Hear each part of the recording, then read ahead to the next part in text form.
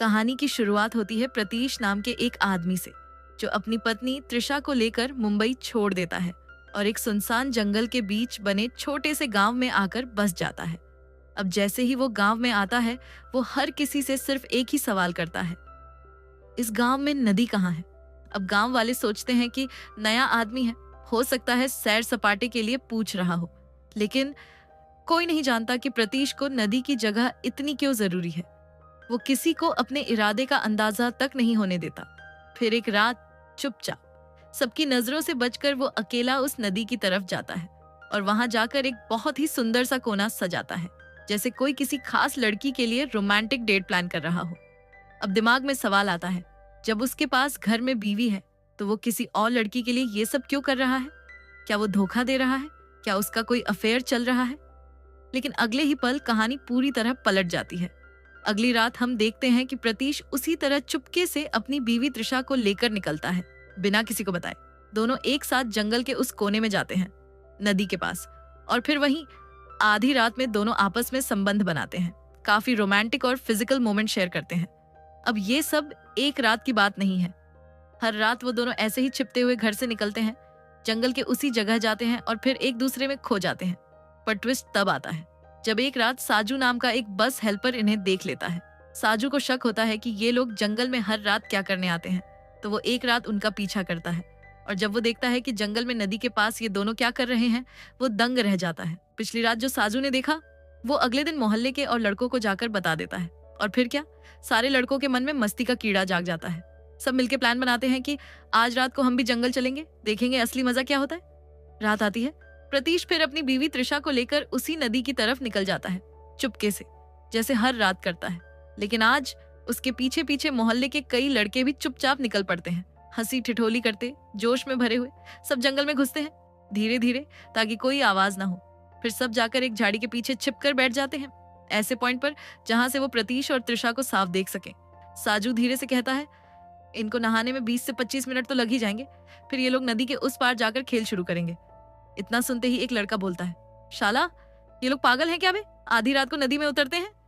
Driver चाचा गुस्से में आकर बोलते हैं, दिखा देंगे आज मजा क्या होता है, ये सब खुलेआम करने की हिम्मत कैसे हुई?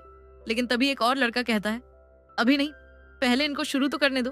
और जैसे ही प्रतीश और त्रिशा नहाकर बाहर निकलते हैं, साजू धीरे से कहता है, अब ये लोग उस पत्थर के उस पार जाकर शुरू करेंगे। इतना सुनते ही सब लड़के चुपचाप उठकर दूसरी तरफ जाकर छुप जाते हैं, इस बार और भी पास, ताकि पूरा सीन अच्छे से दिख सके। अब वो सब वहीं से प्रतीश और त्रिशा को देख रहे होते हैं, दोनों एक दूसरे में खोए हुए, जैसे कोई फिल्म चल रही हो। ड्राइवर चाचा तो पूरे मूड में आ जाते हैं, जेब से मोबाइल निकालते हैं और वीडियो बनाना शुरू कर देते हैं। उन्हें देखकर पास बैठा एक और लड़का भी मोबाइल निकाल लेता है और रिकॉर्डिंग शुरू करता है। लेकिन तभी उसका फोन फ्लैश मार देता है और वो तेज सी आवाज निकलती है, चस। लेकिन वो फ्लैश जैसे ही जलता है, प्रतीश और त्रिशा एकदम घबरा जाते हैं। कुछ समझने का मौका भी नहीं मिलता। पीछे से सारे लड़के झाड़ियों से बाहर आ जाते हैं और चीखते हैं, अबे शर्म नहीं आती बे, जनता के सामने ये सब कर रहे हो? प्रतीश बार बार कुछ समझाने की कोशिश करता है, भाई 1 मिनट, मेरी बात तो सुनो। लेकिन कोई नहीं सुनता। एक लड़का तो हाथ उठा देता है और प्रतीश को पीटना शुरू कर देता है। अब सब मिलकर उसे घेर लेते हैं। फिर उनमें से कुछ त्रिशा की तरफ बढ़ते हैं। प्रतीश बेबस होकर रोते हुए कहता है, प्लीज भाई, मेरी बीवी को कुछ मत कहना, मेरी बात सुनो बस एक बार। लेकिन कोई नहीं सुनता। उल्टा एक लड़का तो पूरी घटना की वीडियो बनाने में लग जाता है, जैसे ये सब कोई तमाशा हो।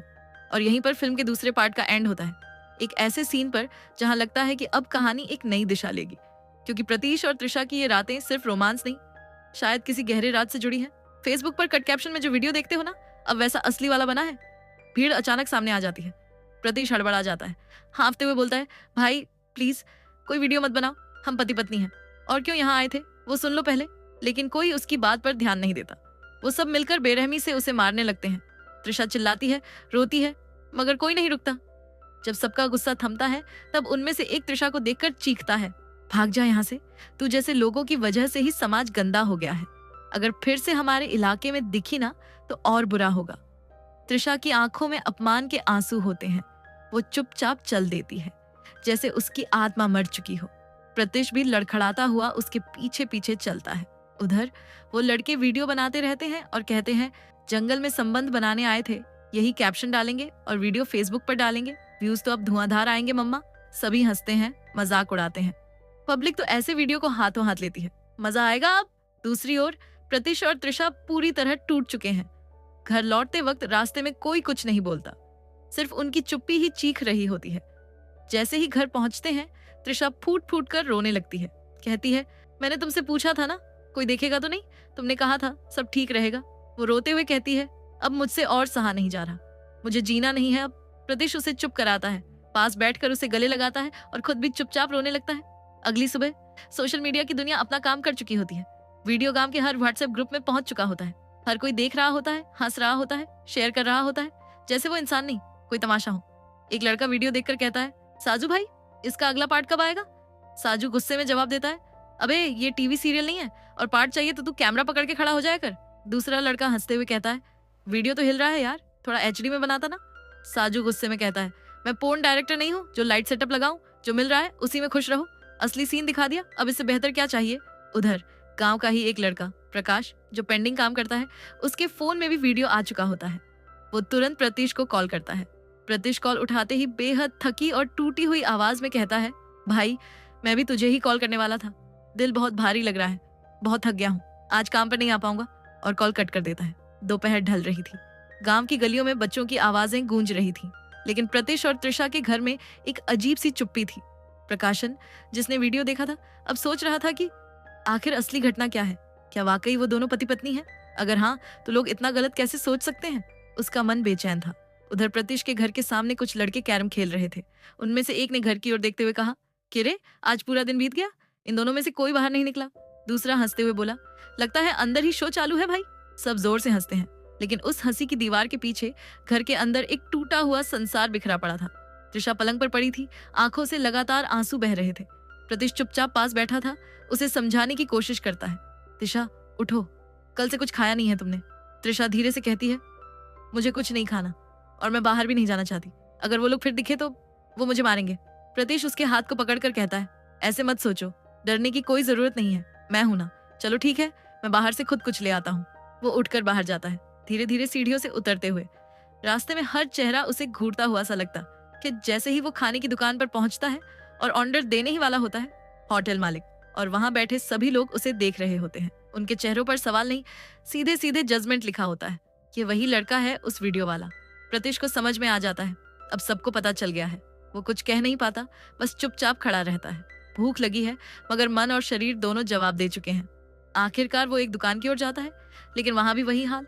हर कोई उसे ऐसे देख रहा होता है जैसे वो कोई गुनहगार हो। एक दुकान पर तो किसी ने धीरे से कहा भी, देख यही है वो वीडियो वाला लड़का। प्रतीश वहां से सीधा निकल जाता है, बिना कुछ खरीदे, बिना कुछ कहे। उसके दिल में सिर्फ एक ही बात गूंज रही होती है, हमने कुछ गलत नहीं किया, फिर भी सब हमें गलत क्यों समझ रहे हैं। हम देखते हैं कि प्रतीश जैसे तैसे खाना लेकर घर लौट रहा है। उसके चेहरे से साफ झलकता है थकान, डर और बेइज्जती का बोझ। उसके पैर कांप रहे हैं, कंधे झुके हुए हैं और आंखों में बस असहायता का सागर। घर के दरवाजे तक पहुंचते ही वो थोड़ा रुकता है और खुद को रोक नहीं पाता। वो अकेले ही खड़ा होकर धीरे धीरे रोने लगता है। वो अपनी आंखें पोंछता है और फिर कमरे में दाखिल होता है। डोर लॉक करता है, घबराकर, जैसे दुनिया से छुपना चाहता हो। वो जल्दी से ताला बंद करता है, मानो बाहर की निगाहों से खुद को और त्रिशा को बचाना चाहता हो। फिर जाकर अपनी बीवी को पुकारता है, त्रिशा उठो ना, देखो खाना लाया हूँ, चलो थोड़ा खा लो। लेकिन त्रिशा कोई जवाब नहीं देती। वो पूरी तरह कमजोर और शौक में आकर सेंसलेस हो चुकी होती है। प्रतीश घबरा जाता है। वो पास बैठकर उसे झिंझोड़ता है, त्रिशा त्रिशा कुछ तो बोलो यार, देखो मैं हूं ना। लेकिन त्रिशा बिल्कुल शांत, कोई हरकत नहीं। अब प्रतीश का सब्र टूट जाता है। वो खाना वहीं रखकर जोर जोर से हिचकियां लेकर रोने लगता है। उसके सामने उसकी पत्नी बेसुध है और वो कुछ भी नहीं कर पा रहा। सीन शिफ्ट होता है प्रकाशन के घर। प्रकाशन अब कुछ समझ नहीं पा रहा। वो तुरंत कॉल करता है प्रतीश का मुंबई वाला दोस्त संजीव को। भाई यहाँ एक बहुत बड़ा झमेला हो गया है, तू फटाफटा। संजीव, क्या हुआ, कुछ बताओ तो। प्रकाशन, फोन पर बताना पॉसिबल नहीं, और सुन, प्रतीश को कॉल मत करना। कट्टू। कुछ समय बाद संजीव आता है। वो पूरी कहानी प्रकाशन से सुन चुका है और एकदम सन्न है। प्रकाशन, भाई ये वीडियो पूरे मोहल्ले में फैल गया है। अगर ये दोनों यहीं रहे तो बहुत बड़ा प्रॉब्लम हो जाएगा। मुझे शर्म लगती है अब उनके सामने जाने में, इसलिए तुझे बुलाया।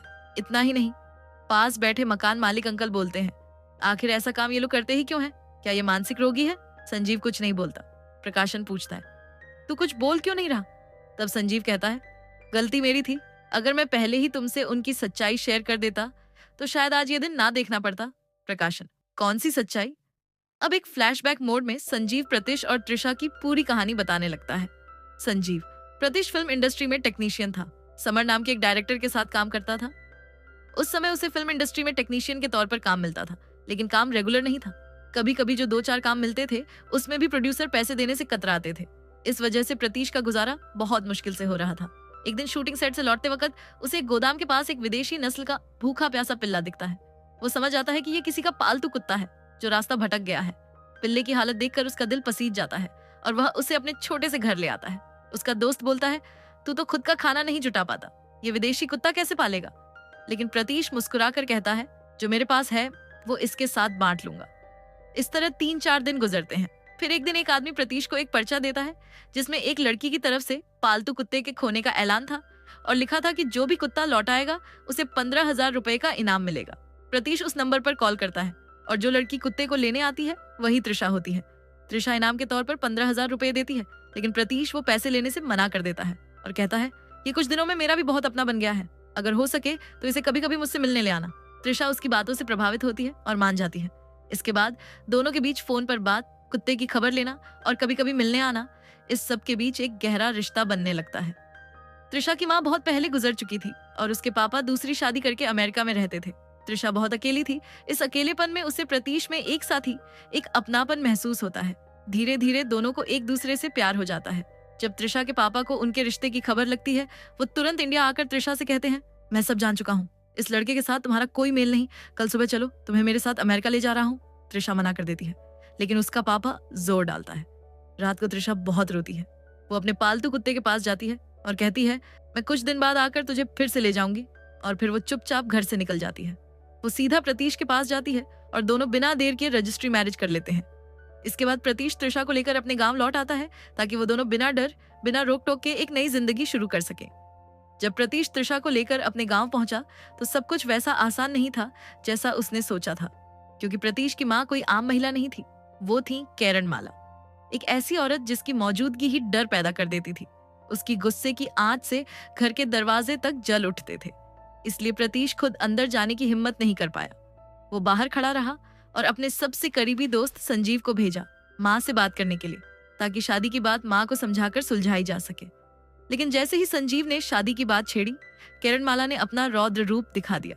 इस घर में फैसला मेरा चलता है, उसने दहाड़ते हुए कहा। एक ईसाई लड़की को इस घर की बहू बनाऊं, ये मैं कभी नहीं होने दूंगी। तभी प्रतीश के पापा, जो अक्सर शांत रहते थे, बेटे की तरफदारी करने के लिए कुछ कहने ही वाले थे कि किरणमाला ने उनकी तरफ घूर कर देखा और वो भी चुपचाप अपनी कुर्सी छोड़कर अंदर चले गए। अब संजीव बाहर आकर प्रतीश को सारी बात बताता है, फिर कहता है, चल मेरे घर चलते हैं, कुछ दिन वहीं रहो। लेकिन प्रतीश जवाब देता है, नहीं संजीव, ये मामला सीधा नहीं है, मैं किसी होटल में रुक जाता हूँ, जब सब ठीक हो जाएगा तब माँ से फिर मिलेंगे। और इस तरह वो दोनों एक छोटे होटल में त्रिशा के साथ रहने लगते हैं। उधर त्रिशा के घर में भी तूफान आ गया था। उसके पापा ने जब जाना कि त्रिशा भाग गई है तो गुस्से से पागल हो उठे। थोड़ी देर बाद त्रिशा के मोबाइल पर एक मैसेज आता है। उसके पापा ने उसके प्यारे पालतू कुत्ते को मार दिया था और उसकी फोटो भेजते हुए लिखा था, अगर तू मेरे सामने आई तो तेरा भी यही हाल होगा। ये देखकर त्रिशा टूट जाती है। वो जोर जोर से रोने लगती है। जिस कुत्ते ने उन्हें मिलाया था वही अब इस कहानी का सबसे दर्दनाक हिस्सा बन गया था। कुछ दिन बाद प्रतीश के पापा संजीव से पता करके होटल में उनसे मिलने आते हैं। वो प्रतीश को समझाते हैं, तू जानता है तेरी माँ कैसी है, गुस्से में वो कुछ भी कह देती है, लेकिन उसका दिल बहुत नरम है। फिर धीरे से पास आकर बोलते हैं, एक ही रास्ता है उसे मनाने का, उसे नानी बना दे। अगर उसे पता चलेगा कि वो नानी बनने वाली है तो उसका सारा गुस्सा पानी हो जाएगा। वो तुझे और तेरी बीवी को गले लगाकर घर ले आएगी। फिर वो त्रिशा की तरफ देखकर बोलते हैं, बेटी दिल छोटा मत करना, एक बच्चा हो जाएगा ना, सब कुछ ठीक हो जाएगा।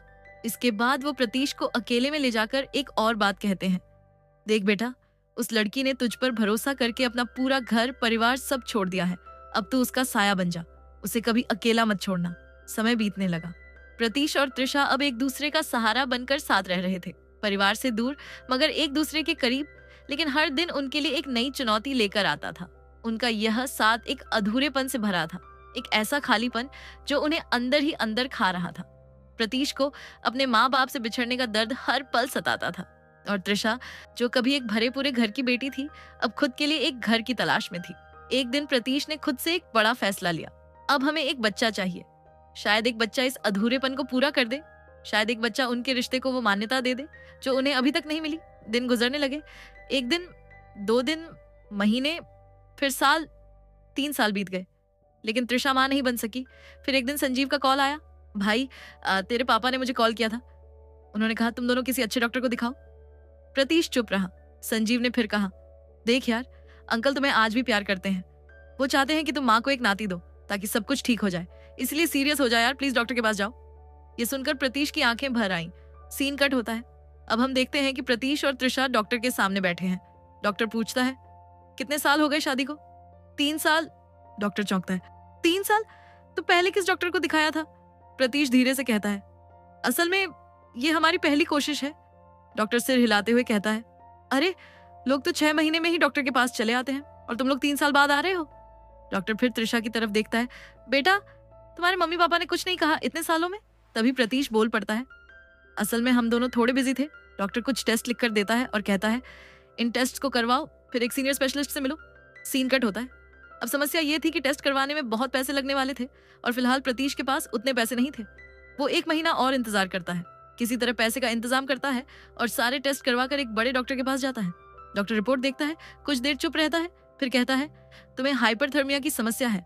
प्रतीश हैरानी से पूछता है, मतलब? डॉक्टर समझाते हुए कहता है, मतलब तुम्हारे शरीर में सामान्य से ज्यादा गर्मी बनती है, इसी वजह से तुम्हारे शुक्राणुओं की संख्या भी कम हो गई है और उनकी गति और गुणवत्ता भी घट गई है। इसे मेडिकल भाषा में कहते हैं ओलिगोस्थेनोजोस्पर्मिया। डॉक्टर आगे कहता है, इसका इलाज संभव है, लेकिन इसके लिए वक्त, संयम और इलाज दोनों चाहिए, और साथ में एक मजबूत हौसला भी। इसके बाद डॉक्टर तृषा से पूछता है, क्या तुम्हारी पीरियड्स नियमित होती हैं? तृषा कहती है, हाँ डॉक्टर। डॉक्टर रिपोर्ट देखते हुए कहता है, तुम्हारे कार्डियक रिपोर्ट में दिख रहा है कि तुम्हारा दिल थोड़ा छोटा है, ये शायद जन्म से ही है, आगे चलकर तुम्हें इसका ऑपरेशन भी करवाना पड़ सकता है। डॉक्टर आगे कहता है, हम IVF ट्रीटमेंट कर सकते हैं, क्योंकि तुम दोनों को ही कुछ ना कुछ दिक्कत है, इसलिए 100% गारंटी नहीं दे सकते कि ये सफल होगा, लेकिन हम पूरी कोशिश करेंगे। प्रतीश घबरा कर पूछता है, डॉक्टर इस सब में कितना खर्चा आएगा? सीन कट होता है और हम देखते हैं कि प्रतीश और तृषा डॉक्टर के क्लिनिक से बाहर निकलकर एक कोने में बैठ गए हैं। दोनों के चेहरे पर गहरी मायूसी। तृषा उदासी में कहती है, इतने लाखों रुपयों का इंतजाम हम कहाँ से करेंगे प्रतीश? प्रतीश की आंखों में आंसू आ जाते हैं। मुझे नहीं पता तृषा, सच में नहीं पता। इसके बाद कई दिन, फिर कई हफ्ते बीतते हैं। दोनों लाख कोशिशों के बाद भी पैसे का इंतजाम नहीं कर पाते। डॉक्टर ने जो कुछ दवाइयां दी थी, उन्हें लेने के बाद भी कोई फायदा नहीं होता। अब इनके पास कोई उम्मीद नहीं बचती। ऐसी हालत में लोग सिर्फ एक ही चीज की तरफ देखते हैं, ऊपर वाला। अब तृषा प्रार्थना के लिए हर रोज चर्च जाने लगती है, मगर जब वहां से भी कोई जवाब नहीं मिलता, तब उनकी आखिरी उम्मीद की किरण भी बुझ जाती है। तभी एक दिन प्रतीश के पापा का कॉल आता है। वो कहते हैं, बेटा हार मानने से पहले एक आखिरी उपाय जरूर आजमा लो। एक बहुत अनुभवी आयुर्वेदिक डॉक्टर है, गांव में लोग उसे कबीराज कहते हैं। मैं उसका पता और नंबर भेज रहा हूँ, उससे जरूर मिलो। प्रतीश चुप रहता है तो उसके पापा भावुक होकर कहते हैं, क्या तुम नहीं चाहते कि तुम्हारी माँ तुम्हें स्वीकार करे, कि हम सब फिर एक हो जाएं? ये सुनकर प्रतीश की आंखों में आंसू आ जाते हैं। हाँ बाबा, मैं भी यही चाहता हूँ। सीन कट होता है। अब हम देखते हैं कि तृषा और प्रतीश पहाड़ी इलाके में एक सुनसान रास्ते से गुजर रहे हैं। घना जंगल, लंबा सफर तय करके वे उस कबीराज की झोपड़ी तक पहुंचते हैं। कबीराज दोनों से सारी रिपोर्ट लेता है, ध्यान से पढ़ता है और फिर प्रतीश से पूछता है, तुमने डॉक्टरों से जो सुना वही सुनाओ। प्रतीश सब कुछ बता देता है। वेद जी शांत होकर कहता है, बहुत बार ऐसा भी होता है कि लड़के लड़की दोनों में कोई बड़ी समस्या नहीं होती, लेकिन फिर भी बच्चा नहीं होता। जानते हो क्यों? प्रतीश कुछ जवाब नहीं दे पाता। वेद जी कहता है, आजकल की जिंदगी में जो सबसे ज्यादा खो गया है वो है प्राकृतिक खुशी और मन की शांति। फिर वो तृषा से पूछता है, तुम्हें क्या करना सबसे ज्यादा अच्छा लगता है? तृषा कहती है, मुझे म्यूजिक सुनना बहुत पसंद है। वेद जी कहता है, बहुत अच्छा, बताओ शादी के बाद कितनी बार मन लगाकर गाना सुना है? तृषा धीरे से कहती है, शायद कभी नहीं।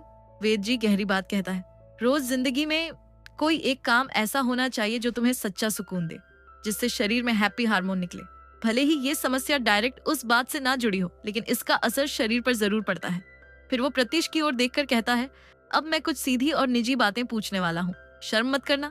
प्राकृतिक वातावरण से दूर रहना, पारिवारिक तनाव, शरीर में असंतुलन, खासकर शरीर का लगातार गर्म बना रहना और लंबे समय तक मन से खुश न रहना, ये सब मिलकर तुम्हारी संतान की संभावना को गहरा प्रभावित कर रहे हैं। तृषा और प्रतीश ध्यान से सुन रहे होते हैं। वेद जी आगे कहता है, हालांकि आजकल की मेडिकल साइंस इन बातों को मानने से इनकार करती है, लेकिन प्रकृति की ताकत को कोई नकार नहीं सकता। ये शाश्वत सत्य है, जब डॉक्टर नहीं थे, जब दवाइयां नहीं थी, तब इन्हीं उपायों से लोग ठीक होते थे। फिर वो थोड़ा रुक कर कहता है, ऐसी में बैठे रहने से या बर्फीले कमरे में रहने से शरीर का असली तापमान कम नहीं होता। उसका संबंध सिर्फ शरीर से नहीं, मन से भी होता है। इसीलिए तुम्हें मन को शांत करना होगा, और मन को शांति देने का सबसे असरदार तरीका है रात के समय एक बहते हुए प्राकृतिक नदी में आधा घंटा डुबकी लगाना, और नदी से निकलने के कुछ ही मिनटों में तुम्हें अपने जीवन साथी के साथ संबंध बनाना होगा। ये सुनकर प्रतीश और तृषा हैरानी से एक दूसरे का चेहरा देखने लगते हैं। वेद जी हल्के मुस्कान के साथ कहता है, पता है, आज की दुनिया में ये सब सुनकर यकीन करना मुश्किल है, लेकिन जब इस धरती पर ना डॉक्टर थे ना मशीनें, तब यही थे इलाज के तरीके, और कई बार चमत्कार भी यहीं से हुए हैं। सीन कट होता है। अब हम देखते हैं प्रतीश और तृषा बस स्टैंड पर एक बेंच पर चुपचाप बैठे हैं। चारों तरफ भीड़ है, लेकिन इनके आसपास जैसे सन्नाटा पसरा हो। तृषा धीमे स्वर में कहती है, क्या ये सब वाकई में काम करेगा? प्रतीश उसकी तरफ देखता है, उसकी आंखें भीग गई होती हैं। हमें और क्या करना है तृषा? कोई और रास्ता तो है नहीं? हमें कम से कम एक बार तो कोशिश करनी ही होगी। ये कहते कहते प्रतीश रोने लगता है। तृषा उसकी ओर झुककर उसका हाथ पकड़ती है, और खुद की आंखों से भी आंसू बहने लगते हैं। वो अपना सिर प्रतीश के कंधे पर रख देती है। कुछ देर बाद का सीन, प्रतीश अपने दोस्त संजीव से मिल रहा होता है। उसे सारी बात विस्तार से बताता है। वेद जी, नदी, प्राकृतिक वातावरण, सब कुछ। संजीव सोचते हुए कहता है, एक लड़का है प्रकाशन, पहले मेरे साथ काम करता था। उसका गांव है भट्टाकोयम, पूरी तरह प्रकृति के बीच बसा हुआ इलाका है, और सबसे अच्छी बात यह है कि उसके गांव के पास एक नदी भी है। ये सुनकर प्रतीश की आंखों में उम्मीद की चमक लौटती है। तो फिर उससे बात करो ना, क्या हम कुछ महीनों तक वहां रह सकते हैं? और अगर वो मुझे वहां कोई छोटा मोटा काम भी दिला सके तो? संजीव तुरंत फोन निकालता है। तभी प्रतीश जल्दी से कहता है, पर भाई एक बात ध्यान रखना, उससे ये वेद जी वाली बात मत बताना। तृषा को अच्छा नहीं लगेगा अगर कोई और जान ले। संजीव हंसकर कहता है, तू नहीं बताना चाहता ठीक है, लेकिन मुझे लगता है अगर प्रकाशन को बता दूं तो वो और भी अच्छे से सारी व्यवस्था करवा देगा। प्रतीश गंभीर होकर कहता है, नहीं भाई, इस बारे में किसी को पता नहीं चलना चाहिए। बस इतना देख लो कि वहां कुछ दिन रहने और काम करने का जुगाड़ हो जाए। संजीव सिर हिलाता है, ठीक है भाई, जैसा तू कहे। फिर वो कॉल करता है, और थोड़ी ही देर में वो सब कुछ पक्का कर देता है। प्रकाशन की तरफ से हाँ मिल जाती है, रहने की जगह भी मिल जाएगी और काम भी। अब कहानी अगले मोड़ पर बढ़ने वाली है। सीन शुरू होता है एक सुंदर लेकिन शांत हरे भरे पहाड़ी गांव भट्टाकोयम में। धुंधली सुबह की रोशनी में एक पुरानी जीप गांव के कच्चे रास्ते से धीरे धीरे आगे बढ़ रही है। अंदर बैठे हैं प्रतीश और तृषा, एक दूसरे के हाथ पकड़े हुए। तृषा की आंखों में थोड़ी उम्मीद, थोड़ी घबराहट। प्रतीश धीरे से कहता है, बस कुछ महीने, फिर सब ठीक हो जाएगा। हमें खुद पर भरोसा रखना होगा। सीन, वर्तमान में संजीव की आंखें नम हैं। वो किसी से कह रहा होता है। प्रतीश को उम्मीद थी कि अगर किसी चमत्कार से तृषा मां बन जाए तो उसकी मां उसे और तृषा को फिर से अपना लेगी और उनका परिवार एक हो जाएगा। सीन शिफ्ट होता है बस स्टैंड पर खड़ी एक लोकल बस जिसमें बैठा है प्रकाशन। प्रकाशन मोहल्ले के सारे लड़कों जमा करके के कहता है, तुम लोग जानते भी हो कि तुमने इन दोनों के साथ कितना बड़ा अन्याय किया है। एक लड़का धीरे से बोलता है, भाई हमें तो उनकी पूरी कहानी नहीं पता थी। प्रकाशन गुस्से में जवाब देता है, यही तो आज की पीढ़ी का सबसे बड़ा दोष है। जो दिखे बस उसी को बिना सोचे समझे रिकॉर्ड करके इंटरनेट पर फेंक दो। कभी ये नहीं सोचते कि हो सकता है वो किसी मजबूरी में, किसी दर्द में हो और तुम्हारी एक वीडियो किसी की जिंदगी बर्बाद कर दे। सब चुप, कोई कुछ नहीं कह पा रहा। एक और लड़का कहता है, भाई हम सब मिलकर उनके पास जाकर माफी मांगेंगे। प्रकाशन गुस्से में कहता है, अब माफी मांगकर क्या होगा? पहले उन सभी को कॉल करो जिनको तुमने वो वीडियो भेजा है, जिस ग्रुप में अपलोड किया है वहां से डिलीट करवाओ, और हाँ, जहां जहां तुमने उसे अपलोड किया है वहां से भी हटा दो, वरना ये शर्म तुम्हें जिंदगी भर खाएगी। इतना कहकर प्रकाशन चला जाता है। लड़के अपने अपने मोबाइल लेकर बैठ जाते हैं। साजू सबसे पहले अपने एक दोस्त को कॉल करता है, भाई वो जंगल वाला वीडियो जो भेजा था प्लीज डिलीट कर दे। उधर से जवाब आता है, भाई डिलीट कैसे करूं? मैंने तो उसे कई सारे ग्रुप्स में शेयर कर दिया है। साजू चीखते हुए कहता है, भाई प्लीज ऐसा मत बोल, किसी भी तरह से सब जगह से डिलीट करवा दे। वो लड़का कहता है, अब बहुत देर हो गई भाई, ग्रुप के लोग उसे पहले ही डाउनलोड कर चुके होंगे, अब तक शायद वो और भी पेजों पर अपलोड हो चुका होगा। साजू फोन काट देता है, उसका सिर चकरा रहा होता है। बाकी दोस्त भी जिन जिन को वीडियो भेजा था उन्हें कॉल करते हैं, लेकिन सबका जवाब एक ही होता है, भाई अब कुछ नहीं हो सकता। सबके सब पछतावे में डूब जाते हैं। तभी एक लड़का कहता है, भाई अब क्या करेंगे, सब कुछ हमारे हाथ से बाहर चला गया। Scene cut. प्रकाशन और संजीव मकान मालिक के साथ प्रतीश के कमरे पर जाते हैं। प्रकाशन दरवाजा खटखटाता है, कोई जवाब नहीं आता। संजीव कहता है, दरवाजा तो बाहर से ताला मारा हुआ है। मकान मालिक कहता है, फोन करो ना उन्हें। प्रकाशन कॉल करता है, लेकिन प्रतीश और त्रिशा दोनों का फोन स्विच ऑफ आता है। संजीव जब प्रतीश का एक और नंबर मिलाता है तो वो भी स्विच ऑफ आता है। सबका दिल धक से रह जाता है। संजीव रुक रुक कर रोते हुए प्रकाशन से कहता है, भाई कहाँ चले गए ये दोनों, कुछ तो गड़बड़ है। अगले दिन सुबह प्रकाशन के मोबाइल पर एक अनजान नंबर से कॉल आता है। वो जैसे ही फोन उठाता है, उधर से जो भी सुनता है वो एकदम सुन्न पड़ जाता है। फोन हाथ से लगभग गिर ही जाता है। सब लोग एक दूसरे को खबर करते हुए जंगल की तरफ जाते हैं तो प्रशंसा और उसकी पत्नी की लाश नदी में बह रहे थे। संजीव ये देखकर उसके आंखों से आंसू आ रहे थे। सीन बदलता है गांव का चाय स्टॉल, जहां एक काका अखबार पढ़ रहे हैं।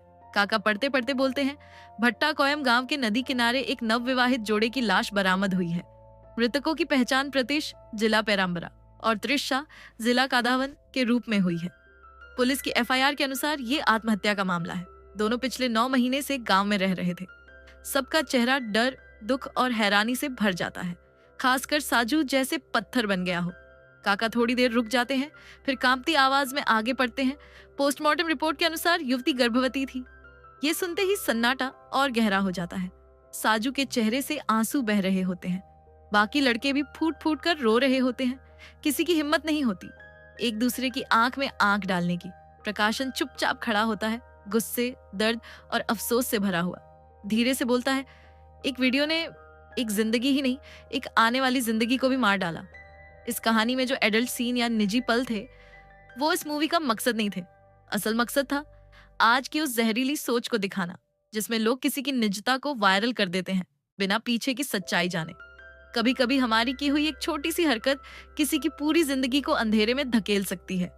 अगर आपको लगता है कि इस फिल्म का मैसेज सच में जरूरी था, तो प्लीज इस वीडियो को एक लाइक दीजिए। कमेंट में बताइए, क्या आपने कभी ऐसा कुछ महसूस किया है? क्या आप मानते हैं कि वायरल कल्चर अब रुकना चाहिए? और अगर अब तक आपने चैनल सब्सक्राइब नहीं किया है तो प्लीज सब्सक्राइब जरूर करें। अपने अपनों को समझें, सपोर्ट करें और हो सके तो किसी की कहानी को सुने बिना उसे जज न करें।